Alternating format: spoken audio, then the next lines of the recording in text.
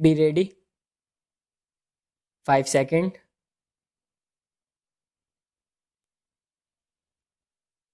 Start. I am thankful to you for having given me this opportunity long last to say a few words on the budget. Already much has been said, and I think the finance minister has come in for his share of congratulations as well as criticisms. So there is not very much to say, but I should like to say a few words. The increased development expenditure and the absence of any new taxation has earned for the budget a good response even from the businessmen. I especially welcome the relief given to the middle classes by raising the exemption limit of income tax in respect of personal income. No doubt this is some relief to the middle classes, but I would request the finance minister if he could to raise this examination limit from rupees 4,000 to rupees 6,000, as that would give substantial relief to the middle classes. I am indeed glad that the Taxation Inquiry Commission has been appointed with Dr. John Mathai as the chairman, and I am sure that many of the vexed problems may be solved through this commission. At the same time, I would request the finance minister to put off the state duty bill for the present, since this inquiry commission has been appointed and they may go into this question. For I feel that it is not an opportune moment to put on more taxes on the people. Already, as Mr. Gadgil has pointed out, there are so many taxes on the people. The people are overburdened by taxes and they are just trying to recover their stability. So, in regard to state duty, I would ask him to consider about it. My reason for asking it to be postponed is, as I have said, that the people are still facing economic distress, and then our government is not able to offer the amenities which other countries have where the state duty exists, such as free compulsory education for children, free medical aid, homes for the poor and the destitute, old age pension, etc. So, my humble suggestion is that this point may be considered by the Taxation Inquiry Commission. I agree that there is a brighter side of the picture, and that instead of continually harping on our poverty, we should also see the bright side. We are making encouraging progress towards laying the foundation of a welfare state.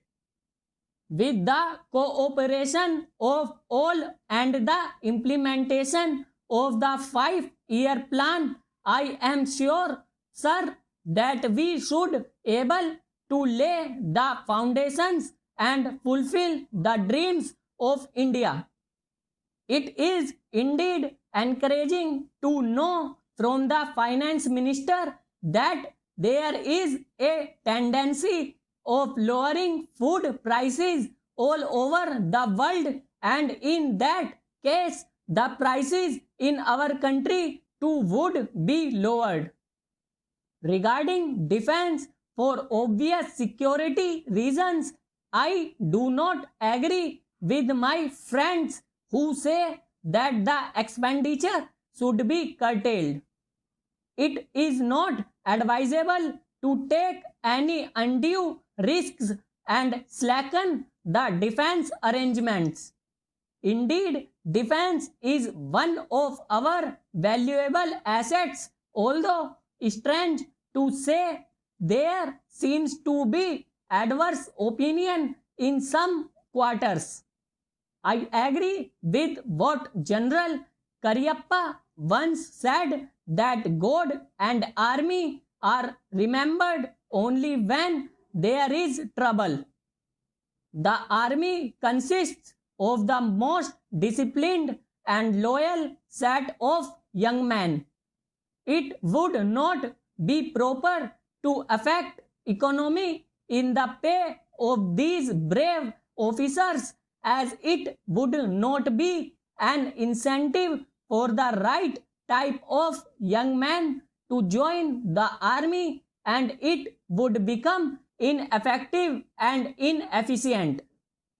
I believe already officers who were drawing rupees 1400 as their pay are now getting only rupees 700 and about rupees 100 as allowance.